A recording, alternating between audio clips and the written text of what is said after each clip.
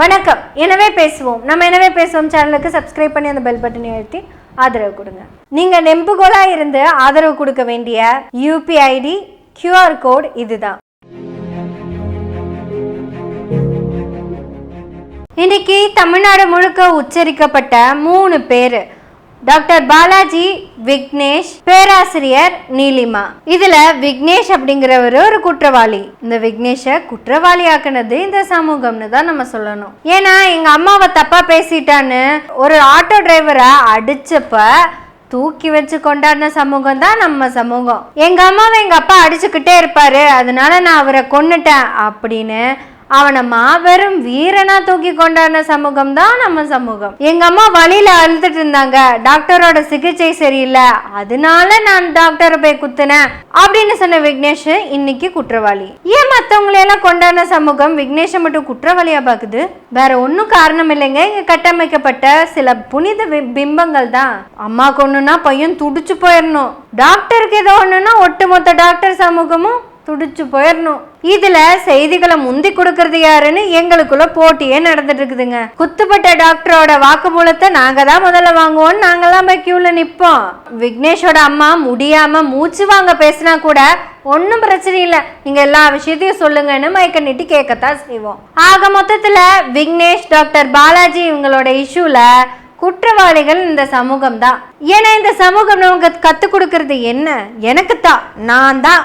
விக்னேஷ் யோசிக்கணும், எங்க அம்மாக்கு இந்த நிமிஷம் இவர் ட்ரீட்மெண்ட் கொடுக்கல அப்படின்னா அந்த நிமிஷம் வேற ஒரு அம்மா அங்க காப்பாற்றப்பட்டு இருக்காங்க அப்படிங்கிற எண்ணம் விக்னேஷ்க்கு வரணும். அப்படி ஒரு எண்ணம் விக்னேஷ்க்கு வந்துடக்கூடாது. ஏன்னா வழியில துடிக்கிறது உங்க அம்மா, உன்னை பெத்த அம்மா, 10 மாசம் பெத்த அம்மா. என் பையன் குத்திட்டாங்க, குத்துனது தப்புன்னு நம்ம சொல்லிடவே கூடாது. 1000 தான் இருந்தாலும் அந்த பெத்த வயிறு இருக்குல்ல, அது பத்தி எரியுமே. அது எரியுதோ இல்லையோ சமூகம் அதை எரிய வச்சுக்கிட்டே இருக்கும். டாக்டர் பாலாஜிக்கு என்ன நெருக்கடியோ அவர் என்ன எப்படி ஹேண்டில் பண்ணாருன்னு நமக்கு தெரியாது. ஒரு தனிநபருடைய கோபம், ஒரு சமூகம் கட்டமைச்சு வச்ச அந்த பிம்பம், அதுதான் இன்னைக்கு டாக்டர் பாலாஜியுடைய இந்த பாதிப்புக்கு காரணம். ஆட்டோ டிரைவரை அடிச்சா தப்பில்ல, அப்பாவை கொன்னா தப்பே இல்லை, ஆனா டாக்டரை அடிச்சிடவே கூடாது. ஏங்க இங்க ஆட்டோ டிரைவர் அடிச்சாலும் தப்பு தான், அப்பாவை அடிச்சாலும் தப்பு தான், டாக்டர் அடிச்சாலும் தப்பு தான்.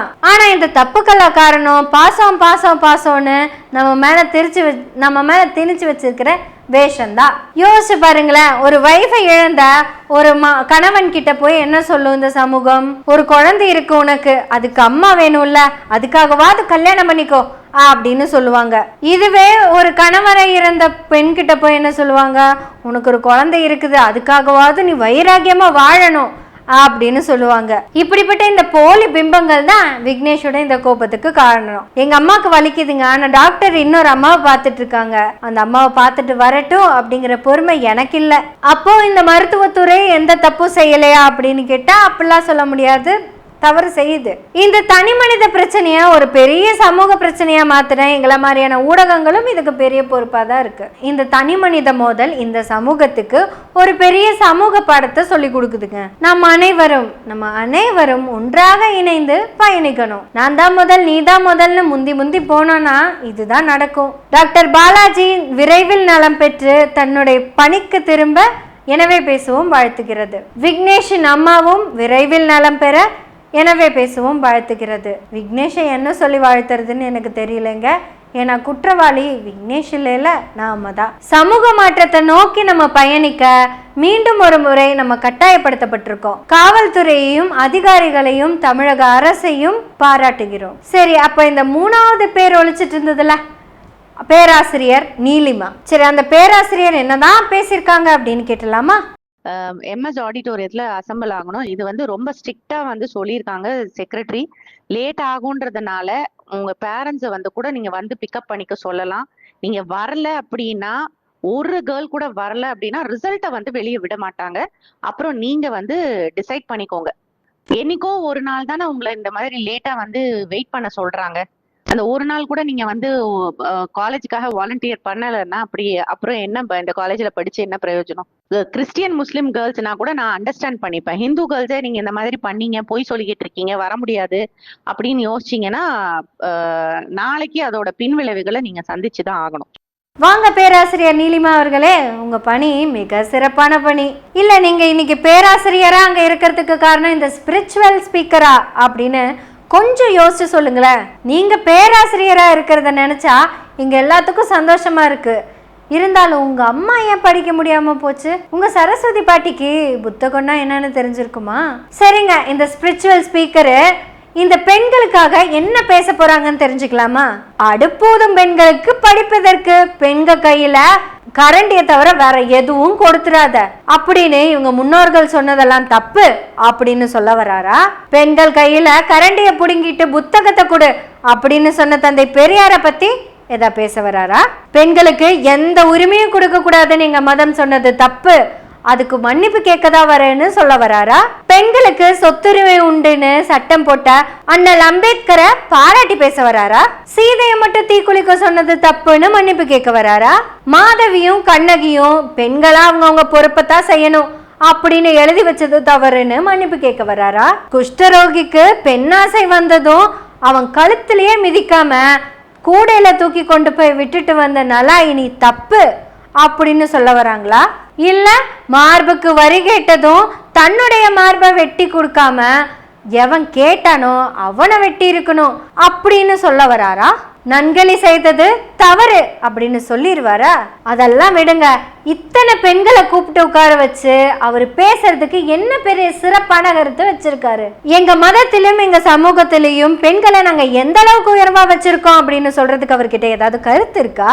ரொம்ப சிம்பிள்ங்க. அப்பா வீட்டுல ஒரு ஃபங்க்ஷனு, நான் போகணும்னு ஆசைப்படுறேன், ஆனா நான் புருஷன்கிட்ட பர்மிஷன் கேட்டு தான் போகணும். அப்படி புருஷன் பேச்ச மீறி போயிட்டா அங்க பெரிய ஒரு ஆபத்து நடக்கும் அப்படிங்கறத தானே பெரிய கதையாவே வச்சு பேசிட்டு இருக்காங்க. அந்த பொண்ணே தன்னோட வாயில இருந்து பெண் புத்தி பின் புத்தி சுவாமி மன்னிச்சிடுங்க அப்படின்னு எல்லாம் கேட்க வச்சிருக்காங்க. முத்துலட்சுமி ரெட்டி சட்டமன்றத்துல ஒரு தீர்மானம் கொண்டு வரப்ப இது தப்புங்க, இது பெண்களுக்கு கிடைச்ச பாக்கியம் அப்படின்னு சொன்னாங்கல்ல, அதை பத்தி ஏதாவது பெருமையா பேசிடுவாரா?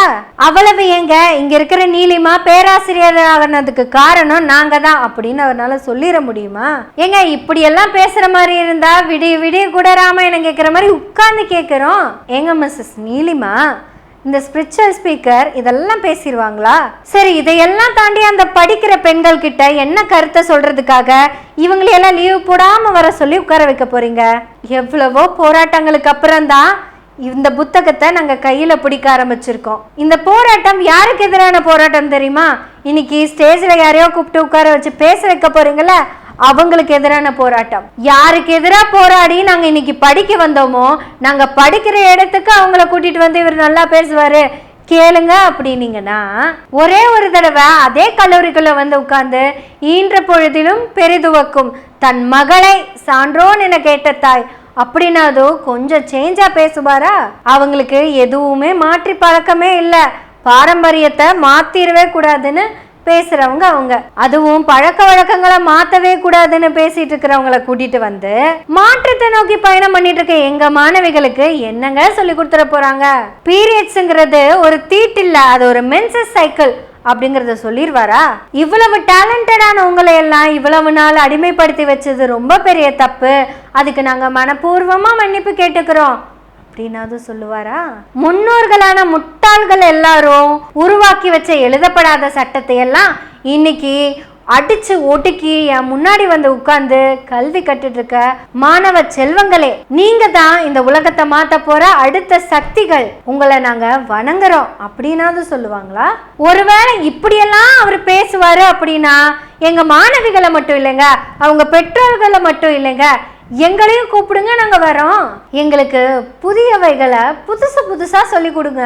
ஏங்க ஏஐ காலத்துல வந்து உட்கார்ந்துட்டு ஏதோ ஒரு காலத்துல எழுதி வச்சதுதான் இப்பவும் ஃபாலோ பண்ணும், அதுதான் நல்லதுன்னு சொன்னா இன்னைக்கு நாங்களே எழுதுறது இல்ல, ஆர்டிபிஷியல் இன்டெலிஜென்ஸ்ல வச்சு எழுதிட்டு இருக்கோம். ஆனா யாரோ எழுதுனது, யார் எழுதுனான்னு கூட தெரியாது, அதை ஃபாலோ பண்ண சொல்லிட்டு இருக்கீங்க. சரிங்க நீலிமா, நீங்க மார்க் கம்மி பண்ணிக்கிங்க, அட்டெண்டன்ஸ் க்ளோஸ் பண்ணிக்கங்க, ரிசல்ட்டே கொடுக்க வேணாங்க. சரி, அந்த புனிதமான ஆளு புனிதமான வார்த்தைகளை பேசியிருப்பார்ல, அதை கொஞ்சம் பப்ளிக்கு கொஞ்சம் கொடுத்து விடுங்களேன். நாங்களும் புரட்சி வார்த்தைகளை கேட்க ஆவலாதான் இருக்கோம். டாக்டர் பாலாஜி, விக்னேஷ், நீலிமா, இந்த தமிழகத்தையே இன்னைக்கு உழுக்குன உங்க 3 பேத்தையும் என்ன சொல்றதுன்னு தெரியல. இவங்கள யாரு தன்னோட கடமையும் பொறுப்பையும் தவறா பயன்படுத்தி இருக்காங்க அப்படிங்கிறத இது $1 மில்லியன் கேள்வியாவே இருக்கு. இப்போ நீங்க 3 பேரும் சேர்ந்து இந்த சமூக பொறுப்பு ரொம்ப முக்கியம் எங்களுக்கு அப்படிங்கிறத மறுபடியும் ஞாபகப்படுத்திட்டு போயிருக்கீங்க. நீங்க பேசுனதுக்கும் பேசாம விட்டதுக்கும் எல்லாத்துக்குமே மிகப்பெரிய நன்றி. நம்ம பேசுவோம், எனவே பேசுவோம் நாள்தோறும். உங்களுடைய ஆதரவுகளை நன்றிகளோடு பார்த்து கொண்டிருக்கிறோம். நன்றி, வணக்கம்.